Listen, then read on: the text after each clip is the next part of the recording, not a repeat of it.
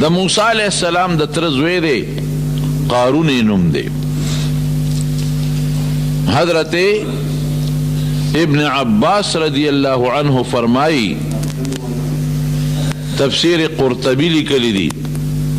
کہ حضرت ابن عباس رضی اللہ عنہ فرمائی کہ دے دا موسیٰ علیہ السلام سکا دا ترزویو دا قارون یوا. دویم دے دا تورات حافظمو، تورات ورطا یادو، او دریم دا تورات عالممو، علم دا توراتم و سراو دے قارون سرا. او کما او یا کسان چے حضرت موسیٰ علیہ السلام دا اللہ دا ملاقات تا پارا غورا کریو چے کوہ تور تدو چستاسو اللہ سر ملاقاتو شی اغی او یو کے دیم شاملو. اغی او یو کسانو سر اللہ خبر مکلے، اللہ خبر مراغلی دی حافظ دا تورات اغی او یو کسو کے منتخب دا حضرت موسیٰ علیہ السلام سکا دا ترزوے او اغی کوہی تور کے دا اللہ خبر موسر شوی دی خو منافقو مالی دیر زیادو دمرا مالیو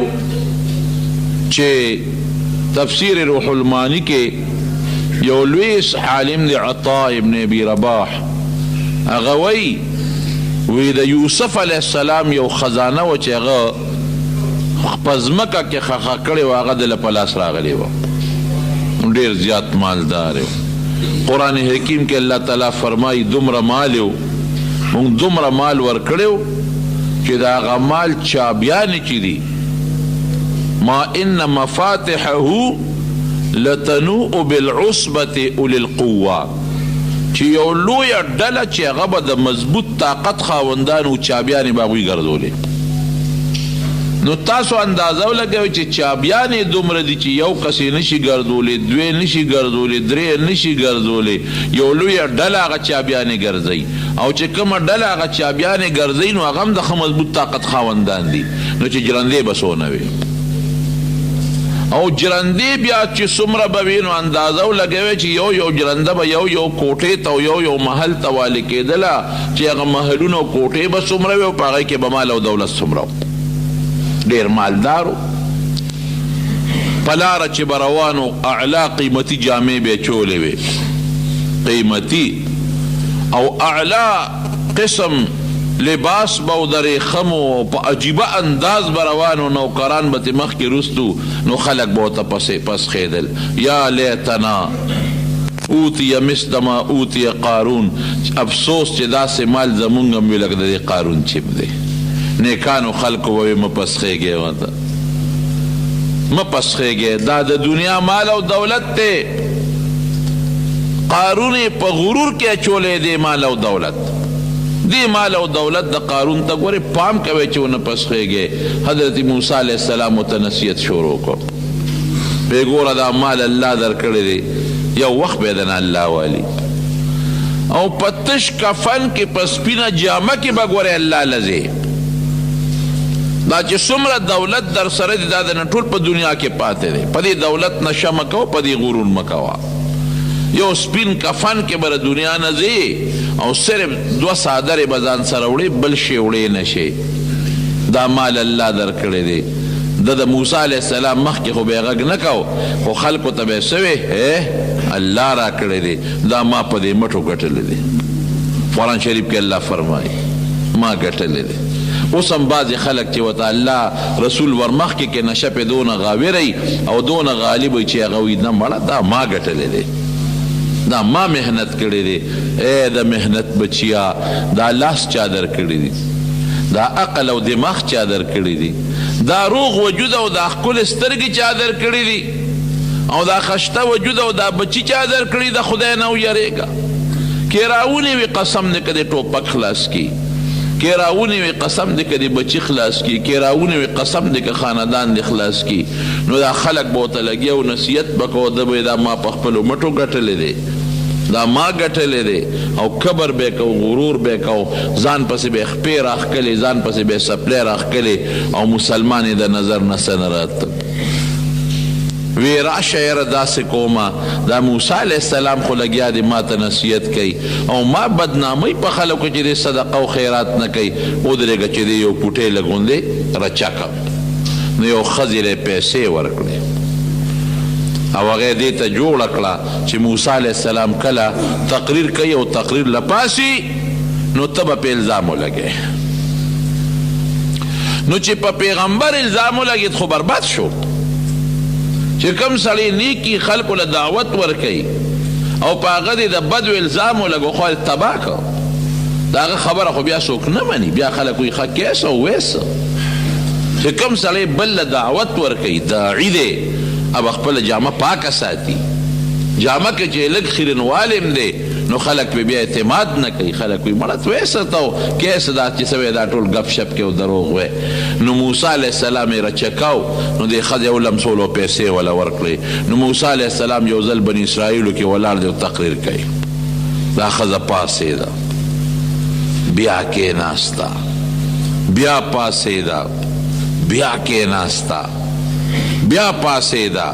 بیا کېناسته بس حضرت موسی علیه السلام پیش شو چا پکې آواز هم ورکړه شیطانانو سله پاسې وایه که نه سوی چې دا خبره وکړي الله اوس هغه خوله بندوله او د موسی علیه السلام روب پرې راته بس چې خبره یې د خولې نه شروع کړه موسی علیه السلام ورته ویې ښه چپ صبر وکړه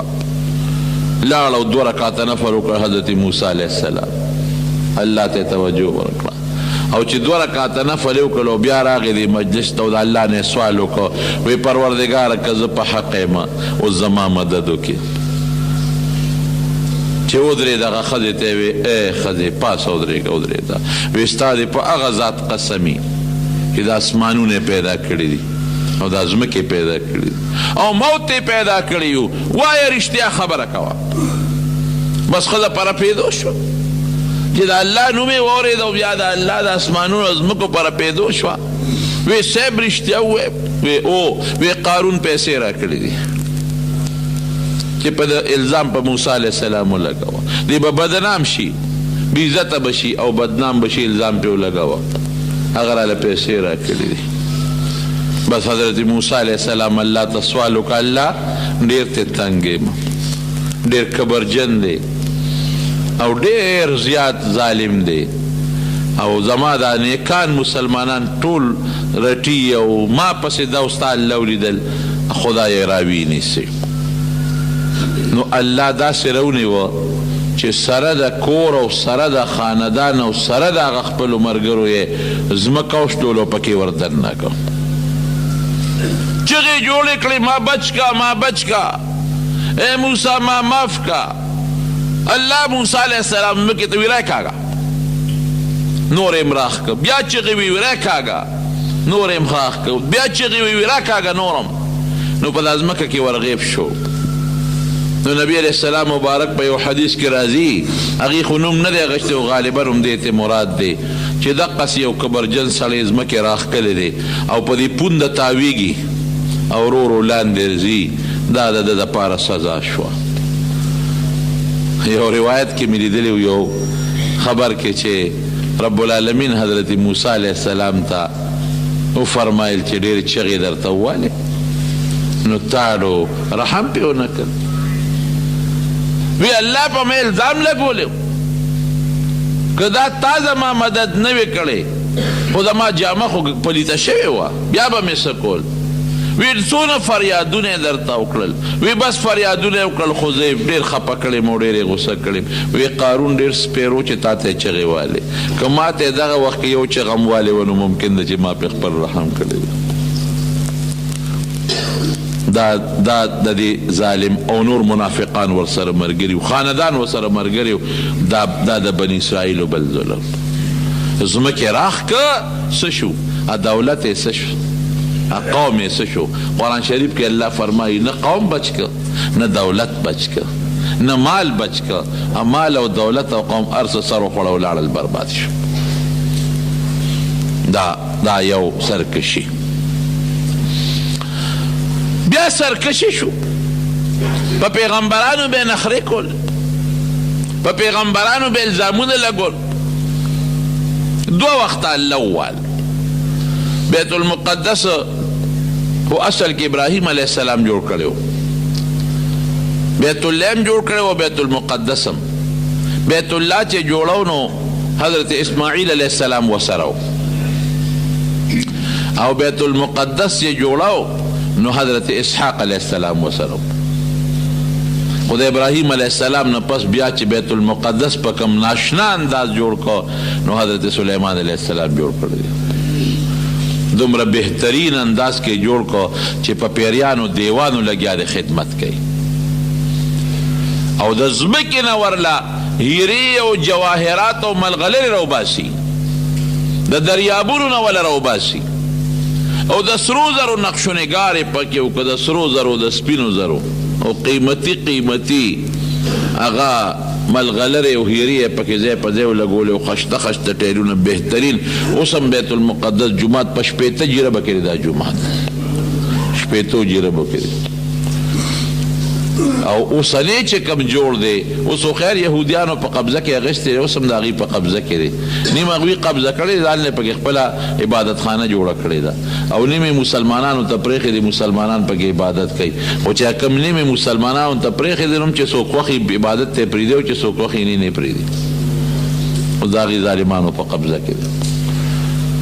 اوس یې وایي داسې ټایلونه پکې لګولي دي په بیت المقدس په جومات کې، داسې ټایل لګېدلي دي، دوی لګیا دي کوشش کوي چې روانې کړي، خو لا فی الحال یې پیوسته نه برابر شوی چې په هغه ټایلونو کې د سلطان صلاح الدین ایوبي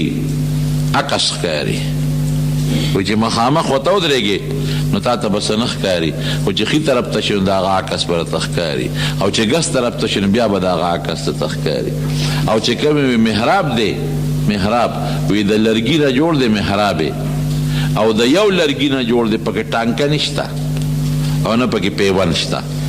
داسې محراب دی د بیت المقدس د جومات. او ډېر لوی یو وخت کې زمونږ قبله هم ونو، نبی علیہ السلام مبارک سره پاسه 14 میاشتې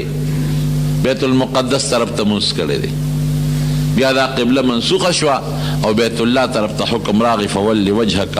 شطر المسجد الحرام، چې بس فولوا وجوهکم شطره. نبی علیہ السلام ته صحابو ته حکم وشو چې تاسو بیت الله ته مخ راوړه. او د مونځ هم ډېر لوی فضیلت دی، ډېر لوی برکت دی پکې. بهر کیف سلیمان علیہ السلام جوړ کو، یو ناشنا جومات یې جوړ کو، بنی اسرائیل دا یهودیان به پکې خپل منځ عبادت په پکې کو، نافرمانی یې جوړه کړو، یو نافرمانی نه ډېرې زیات دی. د حضرت داود علیہ السلام په زمانه کې دی باندې داود علیہ السلام چې پیغمبر او سلیمان علیہ السلام نه پس د داود علیہ السلام چې د داود علیہ السلام په زمانه کې د سلیمان علیہ السلام نه مخکې نو هغې کې هم دی نافرمانی کړی دی، پیغمبر موجود دی. یو کلی ایله ورته وایي، د بحر قلزم په غاړه دا کلی آباد و په هغه وخت کې، دا ایله. او د مدین او د کوه تور په میانس کې دا کلی د بحر قلزم په غاړه. نو الله تعالی خو ازمایښونه امتحانات راولي، نو داود علیہ السلام په ژبې په دوی دا پابندي ولګوله چې تاسو به د خالي پر ښکار نه کوئ،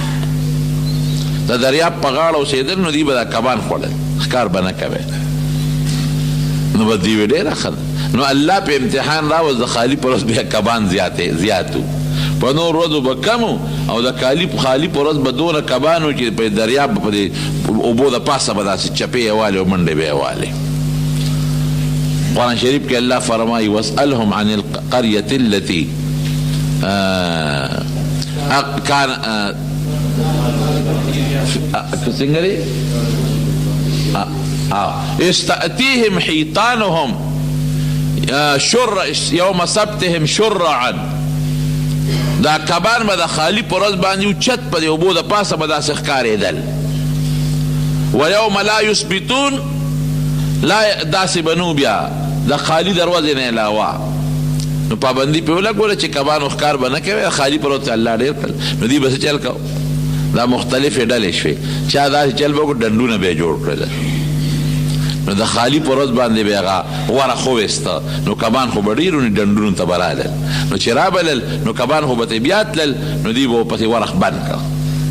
نو د اتوار په ورځ به یې راوویستل هلکه دا ښکار د خالي نه وایي مونږ خو د اتوار په ورځ دا د کبان راوباسو د خالي خو یې نه راوباسو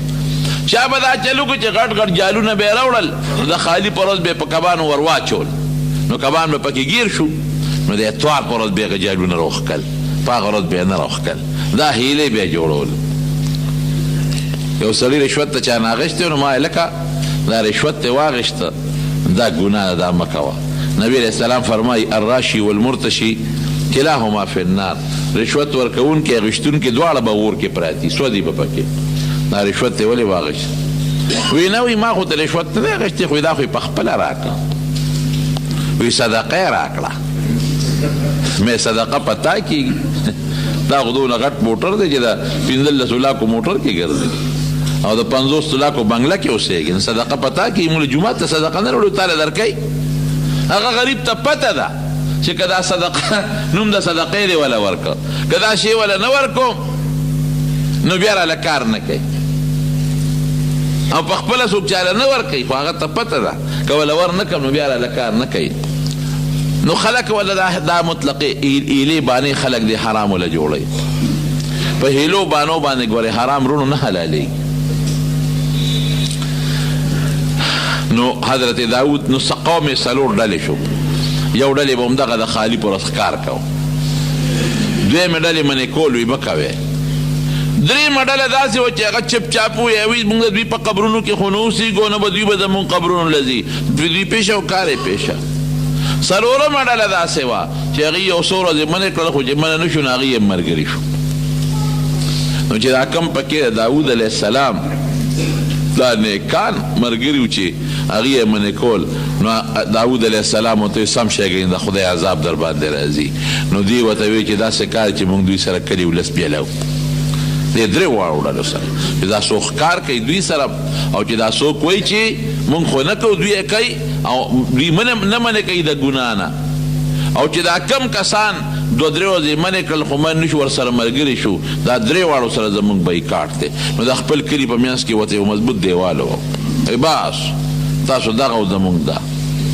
هغې وي ځای تاسو قبرونه ځان له تاسو پیښې خپل کارم پیښې دا خو موږ د خالي پر ورځ کار نه کوو د اتوار یې راوباسو قرآن شریف کې الله تعالی فرمایي داود علیه السلام خیر یې ورته وکړه زما خبره نه منې خدای م هلاک کا نو دا چې کم نیکان خلک و دیوال نه پورې غاړه دی چې سار را پاسېدل نو د هغې طرف نه شور نه راته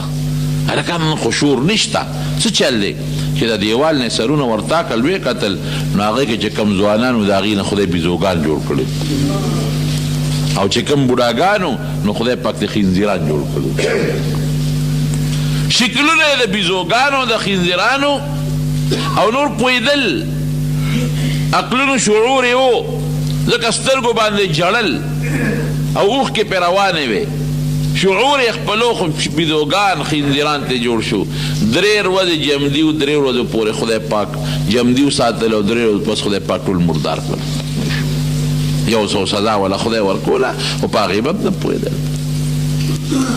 حضرت زکریا علیه السلام سره څونه ظلم کړی سره حیران شي سپینګیري او پیغمبر دا الله پیغمبر او سپینګیري پیغمبر او دوی ته به نصیحت کو نصیحت به کو نو په هغې الزامونه به لګو تاکې دا چل دی او تاکې دا چل قسم قسم الزامونه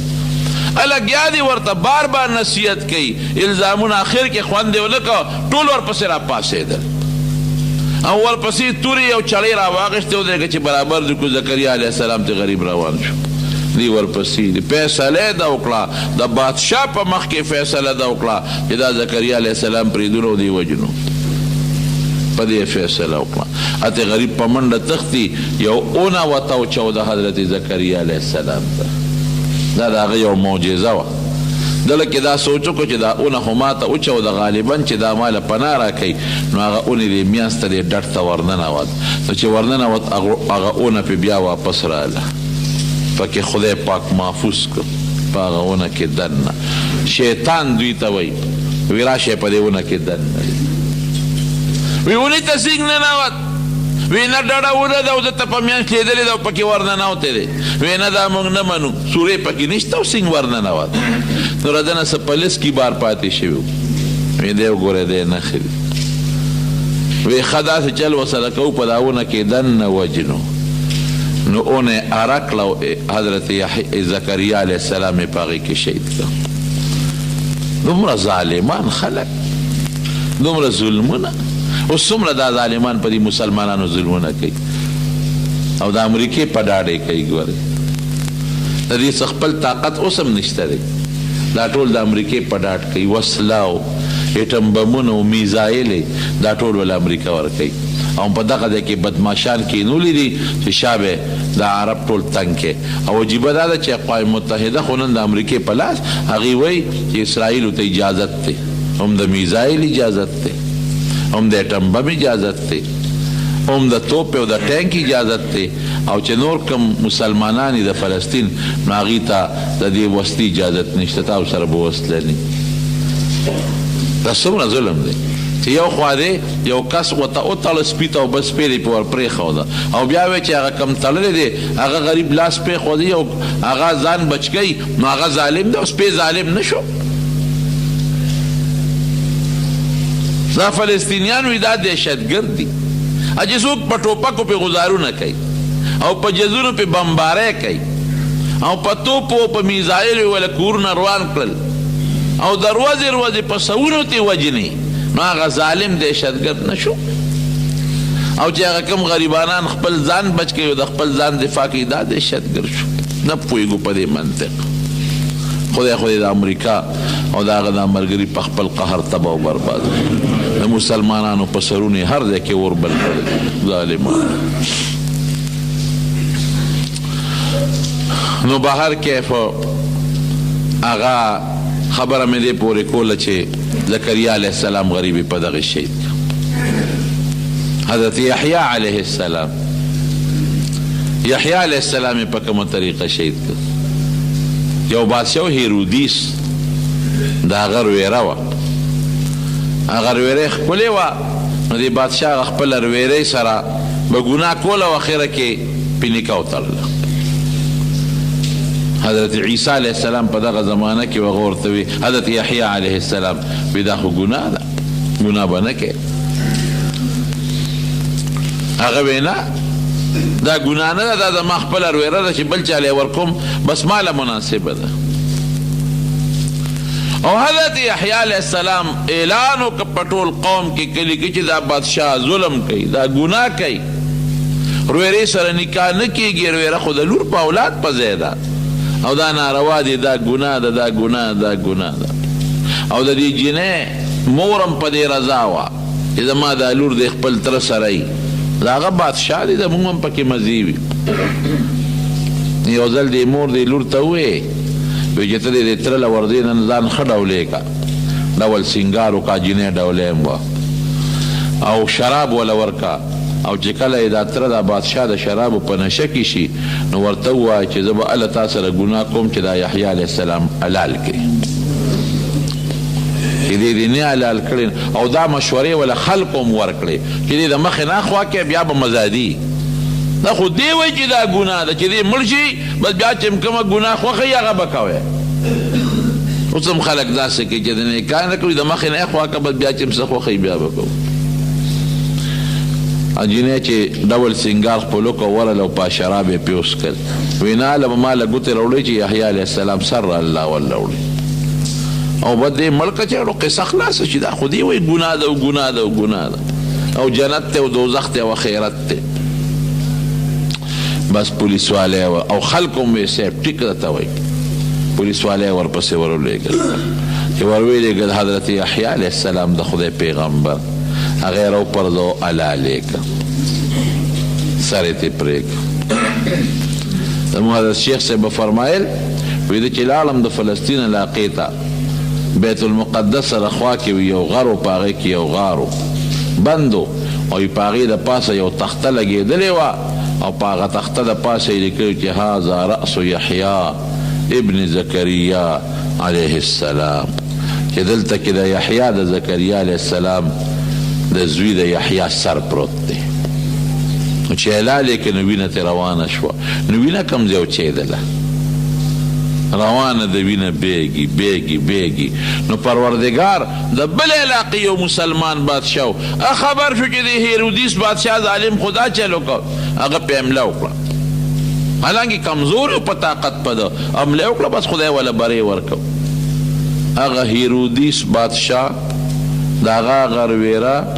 د هغه د خاندان هغه چې څومره خلک وو هغه ټول مردار کړل. او دومره لوی فساد یې پکې وکړه، فساد خو نه یو جهاد یې وکړه چې هغه خلک چې د یحیی علیه السلام په مرګ کې شریک وو 80,000 کسان یې په یو ورځ مردار کړل. چې 80,000 کسان یې مړ کړل، د یحیی علیه السلام د سر وینه خاموش شو، خوټ کېدل یې بند شو. وخت په وخت دې ظالمانو ظلمونه کړي. بهر کیف نو بیت المقدس سلیمان علیه السلام جوړ کړو چې دې دا ظلمونه کول، دا وخت په وخت زیاتی ظلمونه یې کول. یو بادشاه بخت نصر هغه د عراق د بابل د علاقې مشر او مجوسی و، د اور عبادت یې کو، هغه په حمله وکړه په دې بني اسرائیلو. حضرت حذیفه رضی الله عنه فرمایي، دا د هغه حدیث دی، وایي ما د نبی علیه السلام نه تپوس وکړو چې قرآن شریف کې الله تعالی فرمایي چې دوی به 2 فساده کوي او زه به ورله د هغې سزا ورکوم. نو دا کم دي؟ نو دا وی نبی علیه السلام راته دا قصه وکړه. نو هغه بخت نصر د بابل بادشاه مجوسی بادشاه په حمله وکړه. نو چې راغی نو بیت المقدس یې ټوټې ټوټې کړ. د سلیمان علیه السلام د لاس بیت المقدس چې پیریانو دیوانو پکې په کلونو خدمت کړی دی او دونه په مینه جوړ کړو چې سلیمان علیه السلام کله جوړو د مرګ ټیم یې پوره شو. فرشته ولا راله وی ستا ټیم پوره دی، وی دا خو که زه مړ شومه نو دا بیت المقدس خو نیمګړی پاتې کېږي، دا پیریانو دیوانو نه خدمت په څوک کوي؟ که دې ته پته ولګی چې سلیمان علیه السلام مړ دی بیا خو دې دا خدمت نه کوي. وی مونږ د هغې بندوبست الله وی مونږ کړی دی، ته دا مهرباني وکړه چې ته په دا ځای کې د اعتکاف نیت وکړه ورننه وځه او دې خلکو ته ووایه چې بس ما پسې به څوک هم دې کوټې ته نه راځي، زما د رزق بندوبست به الله کوي. او په دې کرسۍ باندې کښېنه او بس دې ته ګوره، مخامخ دې به کار کوي. مونږ به دنه سو باسو او نو هغه کونټۍ دې زنې ته ولګول او دغسې ناست دی په هغه خلوت خانه کې او مرګ فرشته راله سیت یې وویسته او پیریان لګیا دي خپل خدمت کوي. راځي هغه کوټه کې سوړه کې ګوري، هغې ته وایي هلکه سلیمان علیه السلام خو په عبادت ته بس ناست دی او زنې ته یې ساړه کړې ده او عبادت کوي. ګورئ لګیا دي ډبل خدمتونه کېږي، هغې خو جمدی دی، پته ورته نه ده لګېدلې. هلکه راونه ډېره مو ته وګوره سوړه کې بیا ګور نه او مقصې په عبادت ته او زنې ته یې کونټۍ اړمه کړې ده. 6 میاشتې پس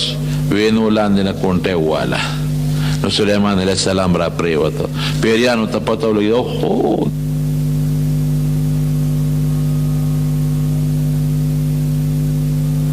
نو هغې پکې مړه کړل د بني اسرائیلو او ښځې یې ترې بوتلې او ماشومان یې هم ترې بوتلل او بوډاګان یې موله مړه کړل او څې خدمت له بوتلل، غلامان یې کړل او صاحب هغه چې څومره هیرې جواهرات و لالونه و په هغه جومات کې سره زرو و سپین زرو هغه یې ترېنه یوړل. نو معرف القرآن کې مفتی شفیع صاحب رحمت الله علیه لیکلي دي، حیران بشي. هغه زمانه کې خو دا ټرکونه او سوزکي او موټرې نه وې، د دې خرو د اوښانو پریړو کې به سامان وړو، د اوښانو د اسونو پریړو کې به وړو. نو هغه قیمتي سامان د بیت المقدس سپین جواهرات دی په 1,00,000 ریړو کې یوړو، دومره سامانو دی دغون یوړو عراق بابل ته او دا یې پلان سره بوتلل. نو ښځې وینځې کړې او ماشومانو باندې به خدمت کو او چې کوم بوډاګانو هغې ته مړه کړل 100 کاله هغې بادشاه دا په خدمت کې ځان سره وساتل. بخت نصر 200 کاله بادشاهي یې کړې ده، 200 کاله. نو بیا به دوی دې ښځو جړل چې خاوندان هم مړه شو او موږ وینځي شو او ماشومان هم دا د غلامان دي او خدای دا به څه کېږي جړل جړل. نو الله جړا قبوله کړه. نو 100 کاله پس 100 کاله کې خو پیړۍ بدلېږي. بیا د فارس یو بادشاه هغه حمله وکړه په بخت نصر باندې نو بخت نصر یې مړ کړ او د هغه سلطنت یې دړې وړې کړ نو دا بني اسرائیل یې ازاد کړل وی زه واپس خپل بیت المقدس ته او چې څومره مالونه د نه دروړي د بیت المقدس نه هغه واپس په خرګاړو کې او د اوښانو په ګاړو کې بار کې ځان سره یوسې نو دوی لاړل چې لاړل نو د دوی چته صبرېده د خپلو غلطونه بیا به هغه غلطۍ کولې او هغه ګناهونه به یې کول نو دغه زمانه کې حضرت عیسی علیه السلام هم راغلی دی عیسی علیه السلام لخوا الله جیبه طاقت ورکړو لا ماشوم و پټینې چې خبرې کړې وې قرآن شریف کې الله تعالی فرمایي د مور نه الله پیدا که بغیر د پلار نه نو لا ماشوم دی چې خبرې کوي او قرآن شریف کې رب العالمین فرمایي چې په برګي به لاس کې خود برګي مرض نه جوړيږي لا علاج مرض دی علاج اشته خدا سے پاسانه نه جوړيږي لاس په پکې خود اب خدای جوړ کو او چې کم سړی په پستر ګوړوندو دو پلاس کې خود اب هم خدای پاک جوړ کو تر دې حد پورې چې مړی ته به قوم باذن الله نو مړی به خدای پاک جمع دی او خلکو ته به الونه وي فنبأتکم بما تدخرون فی بیوتکم چې کور کې بسود هغې ال به وي چې د کور کې دا شی دی او دا شی دی او دا شی دی تر دې حده پورې د خوشطبعۍ خبره ده ماشوم به مور ته ژړل مور به ورته وي نشته عیسی علیه السلام په لار روان و ماشوم ته ویې دلته راشه بچې ولې ژاړې وی مور نه شی غواړم او هغه راته وایي چې نشته ورشه المارۍ کې پلانکي ځای کې پروت دی ماشوم ور هغې شی به یې راواغېست هلته هم جګړې جوړې وې ته ماشوم ته الونه وې ځای نه ورته ښیه چې خوراک دلته پروت دی او پیسې دلته پرتې دي لویه چرچه وه د حضرت عیسی علیه السلام مشهوره شوه چې دا وګوره بغیر د پلار نه پیدا دی صرف د مور نه او دا دی داسې دمونه چې یو خلک جوړېږي ړوند هم جوړېږي او برګې هم جوړېږي او مړي هم جم دی کېږي د چرچه نو د بعضې خلکو سره حسد او عناد پیدا شو بادشاہ ته خبر او رسول دی یهودیانو فیصله وکړه بني اسرائیلو چې عیسی علیه السلام وجنو پرېږدو یې نه حضرت عیسی علیه السلام و یوې مور او د عیسی علیه السلام خپل کور هم نو هغه عجیبه ژوند تېر کړی دی داسې ژوند یې تېر کړی دی چې نه یې کور شته نه یې بیبي شته ښځه شته یوې مور ده او یو دی دی او نه دغه ژوند یې تېر کړی دی د دولت او د پیسو نه بس دا په پیغمبرانو کې داسې پیغمبر و اسم ورسره نو یو کوزه به یې ګرځول یو به یې مسواک ګرځو او یو به یې ګومنځ ګرځوله او یو به یې پیاله ګرځوله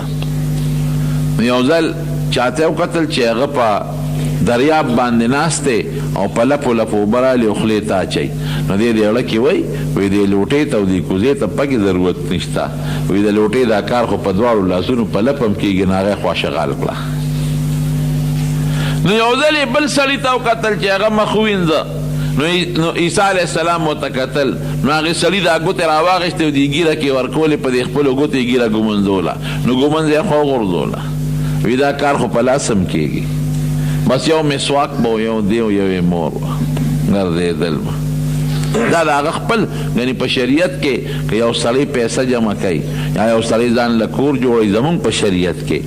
یا یو سړی ځان له ځمکه جایداد تجارت کې نو منع نه دي دا جایز دي چې د بل د سوال نه او د بل د محتاجۍ نه پې بچې او د نیکۍ کارونه پکې کې نو دی بادشاہ او یهودیانو ورته سازش او سکیم جوړ کړو چې عیسی علیه السلام وجنه هغه ته خو پته و چې زکریا علیه السلام یې زمانه مخکې اره کړی دی او د یحیی علیه السلام نه سر پرې کړی دی نو د ده خاص ملګري حواریین به یې ورته وي هغوی سره په یو ځای کې دی ناست نو یو سړي پې سیډې وکړه بادشاه ورپسې ګرځېده سره د پولیس والا او د فوجه نو یو جاسوس پې سیډې وکړه وی پلانکي کور کې دی نو دوی ورته وی داسې وکړه چې ته مخکې ورننوځه نو چې ته په کومه کوټه ورننوځې نو موږ ته پته ولګي چې عیسی علیه السلام په دې کوټه کې دی نو موږ به درپسې درننوځو وی ډېره ښه ده نو جاسوس په هغه کوټه ورننوت نو چې ورننوت نو عیسی علیه السلام ته خپلو ملګرو وی صاحب دا جاسوس دی دا دی ګوره راغی او فوج او پولیس ورپسې دی. نو عیسی علیه السلام الله ته درخواست وکړو، نو خدای پاک اسمان ته جمدی جاړو چت که چت وشلیده او عیسی علیه السلام خدای پاک اسمان ته وخیژو. دا زه نه ویم، ګورې قرآن شریف وایي اللہ تعالی فرمائی وما قتلوه وما صلبوه ولكن شبه لهم، اور اللہ بل دے فرمائی بر رفعه اللہ الیہ، اللہ بر اسمان تو خیجاو. او چکم جاسوس ورننوت هغه باندې خدای د عیسی علیہ السلام شکل جوړ کړ، شکل بدل شو د عیسی علیہ السلام شو. دا پوجان او پولیس والا وردن نشو اقه کلک رونی و وی رازا وی زه خو ستاسو ملګری ما. هغه جاسوس وی نه ته عیسی وی زه نیمه عیسی چغې والې والې والې نیمه نیمه. هغې وی نه څنګه نه دی شکل ته دی وګوره، مخ ته دی وګوره. هغې اوچت کو دی غریب چغې وی او په سولی یې که سولی دا صلیبي نشان دا د عیسایانو اوس هم نښه ده. داسې یو لرګی به یې ودرو او د لرګي په سر به یو بل لرګي داسې پلن ټک و، نو چې چاله به سزا ورکوله نو په هغه لرګي به اوچت کو، دا دواړه لاسونه به وله په لرګي خواره کړل، په دې لاسونه به وله میخونه ټک وال او په سینو په خپو به موله میخونه ټک وال. نو هغې په سولی که او هغه چغې والې زه نیمه نیمه زه عیسی نیم. بیا وروسته قرآن شریف کې الله فرمایي ولکن شبه لهم، دوی په شک کې پرېوتل اوهو که دا عیسی نو زمونږ ملګری څه شو،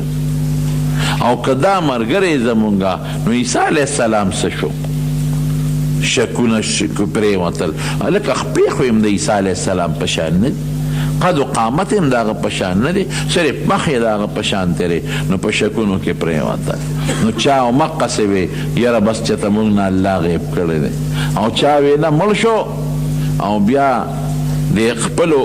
ملګرو د حواریینو هغې پټ کړی دی، چېرته او تختولی دی. دا شکونه پاله کې ور واچول. خو خیر د عیسایانو نظریه خپله دا ده چې د عیسی علیه السلام مونږ وجلی دی او دوی وایي دا د خدای زوی دی، مسیح ابن الله ورته وایي. بیا خپل پلار جمدی کړی دی او بری عرش ته خیجولی دی، وایي خپل پلار سره په عرش ناست دی، العیاذ بالله. او زمونږ عقیده دا ده چې نه دی جمدی جاړ خدای اوچت کړی دی اسمان. ملګرو نن خو باران هم دی، ملګري هم کم یې، خو کوشش وکړئ د مونږ د جومات کې چې څه تعاون کولی شئ نو وکړئ. ښه مونږ پرون لنټر واچو او تقریبا 1.5 لک روپۍ مو د بل نه قرض کړي دي وله. څه خو خلکو هم څه مدد را سره بعضې دوستانو وکړو، خو ما خو هغه ته ویلي و فایض احمد ته مې ابتکار شروع کړه، الله به خیر کړي. نو ډېره لویه خرچه، ما دا خیال نو چې دومره خرچه به پرې راځي، ډېره لویه خرچه پرې راغله. بلا پیسې پې ولګېدې، تقریبا څه کم 300 بورۍ پسې مټو لګېده او څه 100,000 کم دي که څه 3 لکه روپۍ پسې خو لګېدې او نور هم پې بلا پیسې ولګېدله، لږ هم پې کار پکې دی. نو مې اوس یې نیمګړو نشي پرېښودی چا نه مې ولې 1.5 لک روپۍ قرض کړې، ډېرې مې قرض کړې وې خو څه مې ورکړې او څه پاتې دي. نو تاسو چې څه وس کېږي لږ تعاون هم پکې وکړئ، خپلو دوستانو ته مو ووایئ، یا زنانه ښي په دې خیر ښېګړه کې زنانه لږې تکړی نو لږ دغه وکړئ، مدد پکې وکړئ. دا د خدای کور دی او پکې به مونځ هم کېږي، د مانځه نه علاوه پکې انشاءالله د قرآن شریف درس هم وي، او ستاسو د ماشومانو د بچو د حفظ او د ناظرې نو مدد پکې وکړئ. الله مو بخښي. نو نبی علیہ السلام فرمایي چې عیسی علیہ السلام په اسمان کې دی، جمدی دی. ښه دا زمونږ عقیده ده. او د قیامت نه مخکې به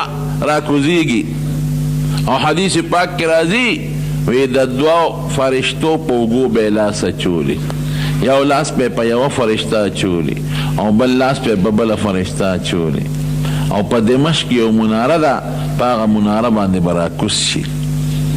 او چې څنګه راکوز شي نو زمونږ د پیغمبر علیه السلام په شریعت به لګی دی، به خپل عمل کوي. ګوره د نبی علیه السلام په شریعت، او واده به هم کوي د نبی علیه السلام په امت کې، او عمل به په قرآن باندې کوي. او نبی علیہ السلام فرمایي چې دی راکوزیږي نو بادشاه به ګورې ستاسو خپلې حضرت مهدي علیه السلام دا به یو نیک سړی وي، دی به بادشاهي د هغه په بادشاهۍ کې به راکوزیږي او دجال سره به مقابله کوي، دجال به وجني، او بیا به بادشاهي کوي د عدل او د انصاف او فیصله به زمونږ په شریعت کوي. نو چې بیا وفات شي نو د نبی علیه السلام کومه کوټه مبارکه کې چې حضور پاک مبارک دفن دی او حضرت ابوبکر او حضرت عمر رضی الله عنهما ورسره دفن دي، هغې کې د یو قبر دی خالی دی، هغې کې به دفن کېږي. نو دا د یهودیانو بل سازش او ظلم. نو چې دا ظلمونه کول نو بیا پې خدای پاک د روم یو بادشاه هرقل اپې خدای مسلط نو هغه راغې حملې پې وکړه په دې یهودیانو بني اسرائیلو. نو دی ریز ماریز کړل، په سوونو زرګونه یې پکې مړه کړل او بیا خپل غلامان کړل او ښځې وله وینځې کړلې. نو وروڼو دا خبره مې دې پورې کوله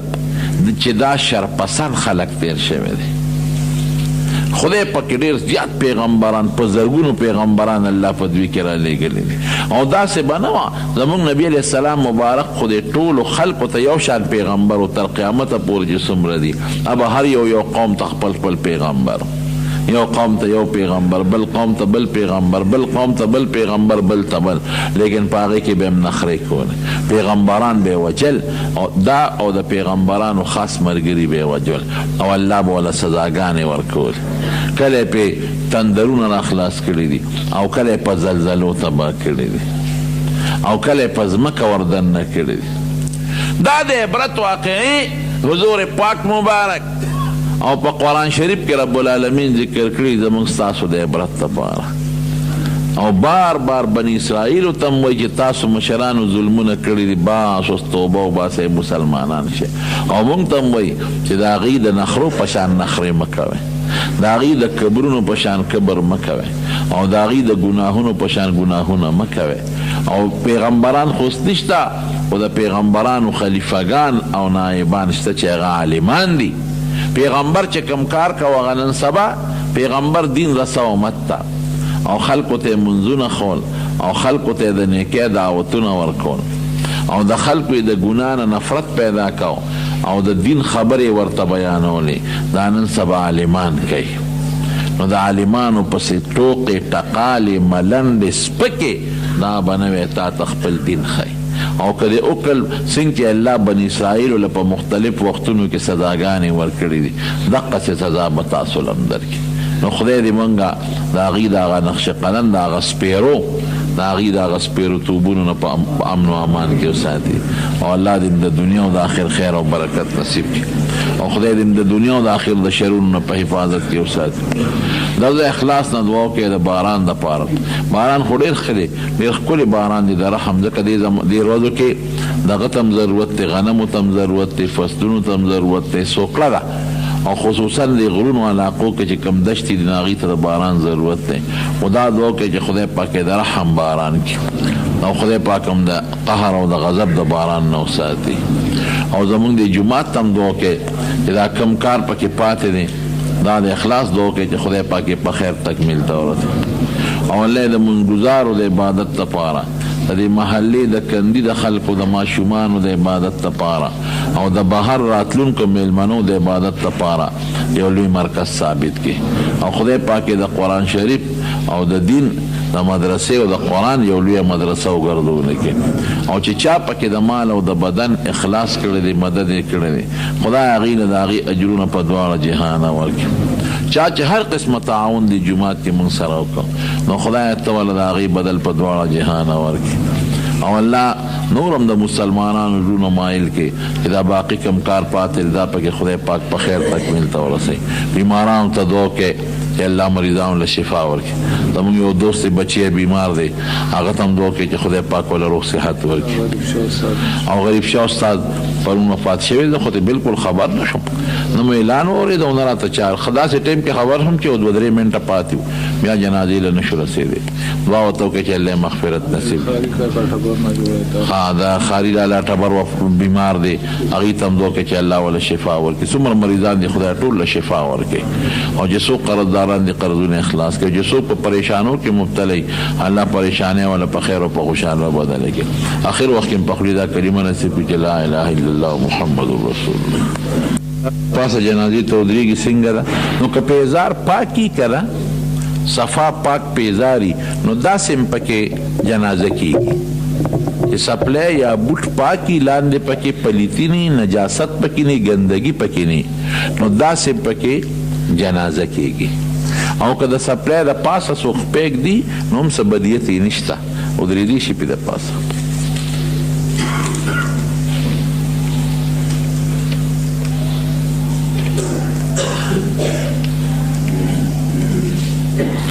یو کس کور کې خپل جماعت او د خپل کورنۍ خلکو پکې مونځ کو اوس هغه کور مینځ کې هغه کوټه راغله هغه کوټه دوی خپل استعمال کې راوستی شي که نه دوی بل ځای کې جماعت جوړ کړی هم دی لوډسپیکر امام وغیره هم پکې دی چې دا خپل کور کې کم جماعت جوړ کړی دی جماعت دوه قسمه یو دی چې هسې پکې مونځ کوي د ضرورت دپاره دا جماعت نی لکه خپل کور کې یا خپل بیٹک کې جمع کوي یا د مونځ پکې کوي دې ته جماعت نه ویل کېږي دا عارضي د مانځه ځای وي نو دا روانولی شي په دې کې بل کار هم کولی شي. یو دی چې وقف کړي وي جماعت ته چې دا موږ جماعت ته وقف کا او دې کې به صرف صحابي دی حضرت حذیفه رضی الله عنه د یو بادشاه دربار ته حاضر شو ډېر لوی نوابان او لوی خلک پکې ناست دي دې ډوډۍ خوري نوړی ته په ځمکه پرېوته چې نوړی ته په ځمکه پرېوته د دین مسله دا ده چې د ننوړی په ځمکه پرېوځي نو راویله نو چې کم ځای خاورو سره جنګېدلی دی خاورې ته لرې که باقي وخوره کبر به نه کې یو داسې نوړی وي چې هغې پاکېږي نه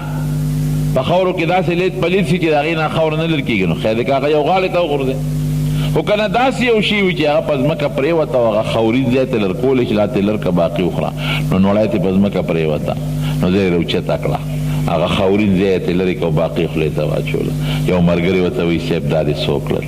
ولې وایي دا خلک به در پورې خاندي چې د ډوډۍ د ځمکې نه راوچته کړه او خولې ته یې واچوله او ورته څه وایي اترک سنت رسول الله صلی الله علیه وسلم لهؤلاء الجهال وایي دې جاهلانو دپاره د خپل پیغمبر سنت پرېږدم ما د خپل ښکلي پیغمبر نه اورېدلی دی حضور پاک فرمایي چې دا نه ډوډۍ په ځمکه پرېوځي نو چې کومه خاوره ګرد ورسره لګېدلې دی هغه ته وغورځوه او باقي خولې ته واچوه دا د صحابه کرامو د پیغمبر علیه السلام په طریقه عمل خدای گواه دی سړی وګوري صحابو ته حیران شي زنانه به کلاو مخبار ګرځېدې د حجاب او د پردې آیتونه نو نازل چې کله اعلان وشو قرن فی بیوتکن ولا تبرجن تبرج الجاهلیت الاولى چې ښځې به کور کینې او د جاهلیت د زمانې ډول سنګار سره به بال نه ګرځي فورا ښځې کور کې کېناستې مجال شته چې بیا خو دې څوک لوس مخ او کلاو مخ د کور نه بار راوتي عایشه صدیقه فرمایي موږ به مانځله جومات ته تلو جومات ته به مانځله تلو نو د سار مانځله هغه زمانه کې به زنانه تلې او جمع کې به شریکېدلې او شاته به ناستې وي وي د سار مانځله به تلو نو موږ به غټ پړوني په ځان را بار کړي متلفعات مونږ داسې ښځې نسان مونږ به مانځله تلو متلفعات بمروتهن او په غټو بورقو څادرونو کې هم ځان راغوښتي او چې مونځ به خلاص شو راتلو به نو مونږ به داسې څادرونه په سر کړو چې ما یعرفن احد چې دا ښځې به چا پېژندلې نه دی چا به نه پېژندلې چې دا څوک ته څوک نه ده سار مانځنه چې به تلو نو غټ څادر چا پېژندونه دا د صحابو بیا عمل جماعت ته یو دروازه و په هغې به زنانه هم راتلې او سړي به هم راتلل باب النساء اوس هم هغه دروازه شته د هغې په دی چې کومه دروازه ده اوس هم شته باب النساء ورته وایي حضور پاک مبارک یو ځل اعلان وکړه داسې حکم یې ونه کړه یاره وایي که دا دروازه صرف ښځو ته پرېښودلی شي نو ښه به نه چې ښځې پرې راځي او سړي پرې نه راځي حضرت عبدالله فورا صحابه بند شو پر یو بیا نه راځو فورا عبدالله ابن عمر تر مرګه پورې په هغه دروازه را دننه نه شو دې ته عمل وایي خو چې د خولې مبارکې نه به خبره وتله صاحب روجه ده بس روجه وایي د رمضان 10 روجې دي فورا عمل مونځ دی فورا عمل په روجه کې جي د شپې نفل کوی فورا عمل د شپې به راوتل جومات به د خلکو نه ډکو دا وړو دا واړه باندې چپه دا وړو ته چغې وشي ما وایي دا چې دا پرکې دا واړه چغې وایي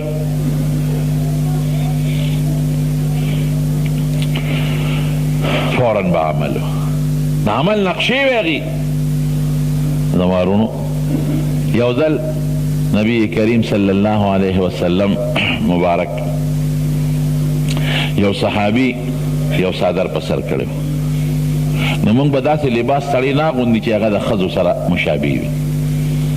او داسې رنګ به پرې نه پورې کړي چې هغه د ښځو سره مشابه رنګ وي په هغه صادر داسې رنګ و چې هغه د ښځو د استعمال رنګ و چا ورته لکه صادر دې سینګ په سر کړی دی وی ولې وی دې نه خو نبي علیه السلام منع کړې ده وی ښه زر یې هغه صادر راواغېست او اور کې واچو وسوځه فورا یې وسوځه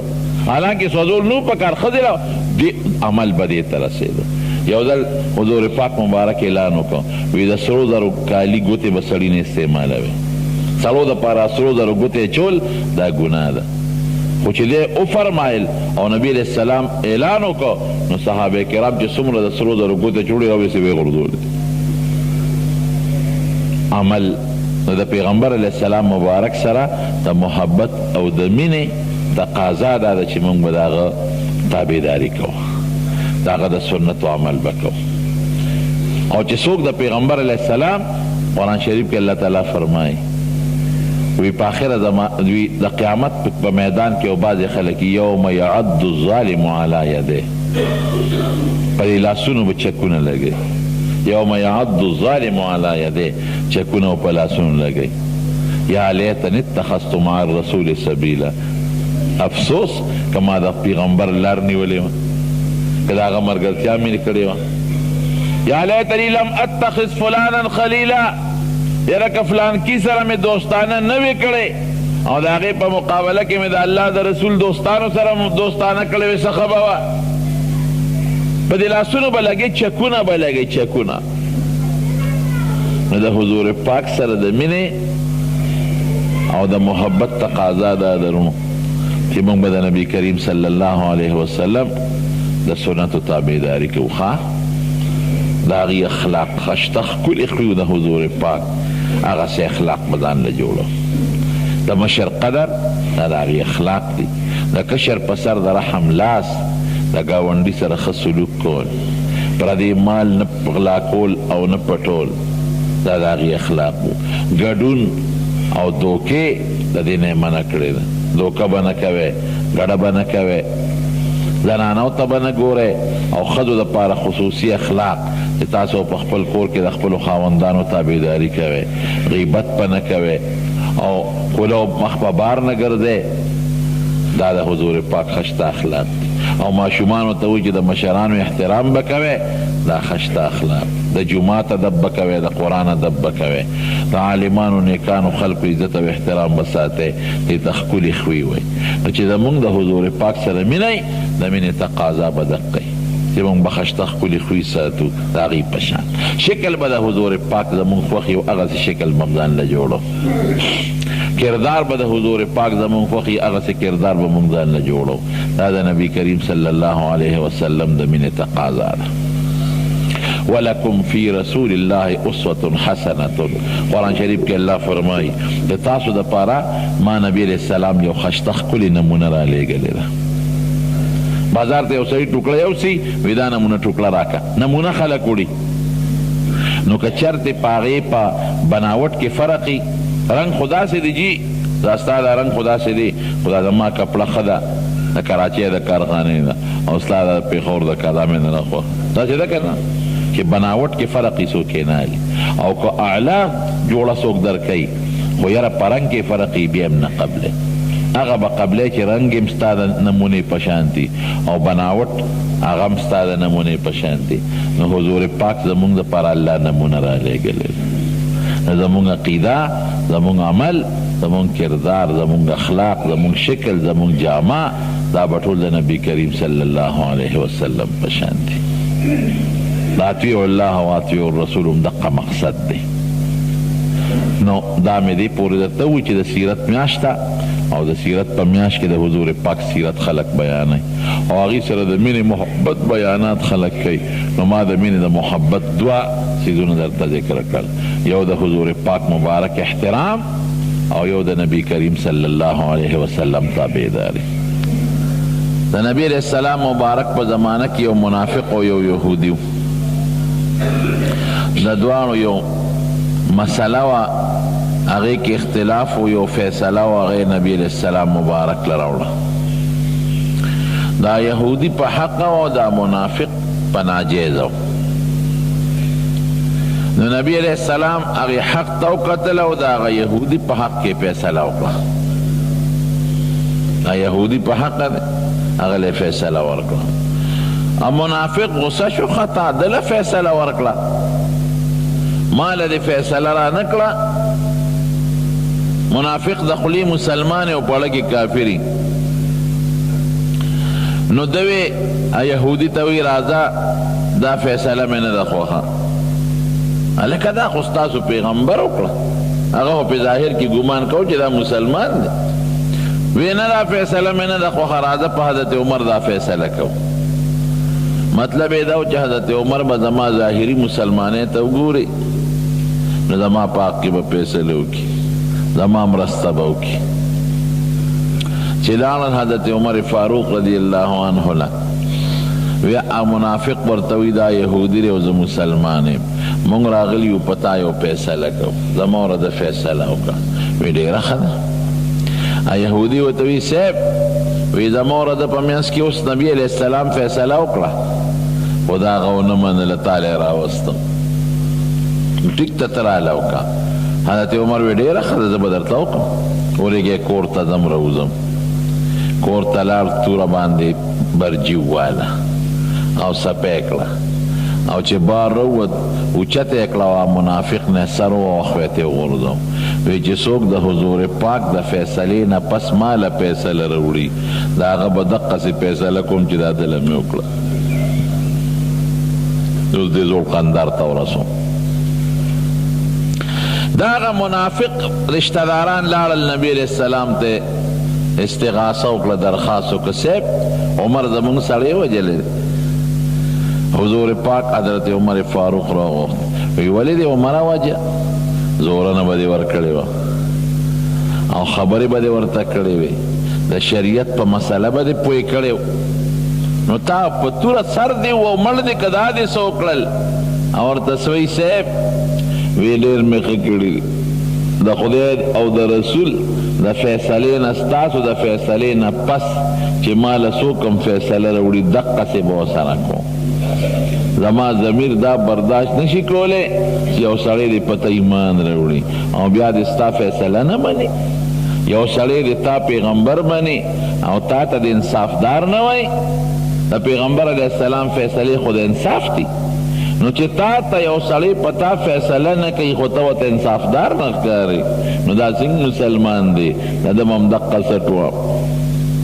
دې کې جبریل علیه السلام قرآن شریف کې آیت راوړو دا آیت نازل شو فلا وربک لا یؤمنون هرگز داسې نه کیږي څنګه چې دا منافقین وایي زما دې ستا په رب قسمي الله وایي زما دې ستا په رب قسمي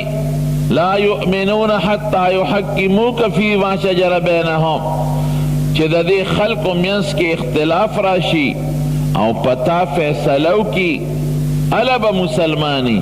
او چې د دې په منځ کې اختلاف راشي او پتا فیصله نه کوي او یا ستا د فیصلې نه پس په زړه کې چونو چې راکوي چې دا پیغمبر خو د انصاف فیصله نه کوي نو دا سړی مسلمان نه دی دا کافر دی د عمر مقصد دا دی چې د عمر څه کړي دي سوچه کار یې کړی دی زما وروڼو د پیغمبر خبره به منو رسول الله مبارک د هغه خبره د الله خبره وما ينطق عن الهوى ان هو الا وحي يوحى دې په شرعي امورو کې د ځانه خبرې نه کوي دې چې څه خبره کوي دا د الله له طرف نه کوي نو د الله خبره به موږ منو نو د حضور پاک سره چې دې منئ د هغه تابعداري به کوئ اطیعوا الله و اطیعوا الرسول یو ځل نه بار بار الله وایي چې د الله تابعداري وکړئ او د الله د پیغمبر تابعداري وکړئ مینه دې ته وایي او قسم د صحابه د دې نقشې و نقشې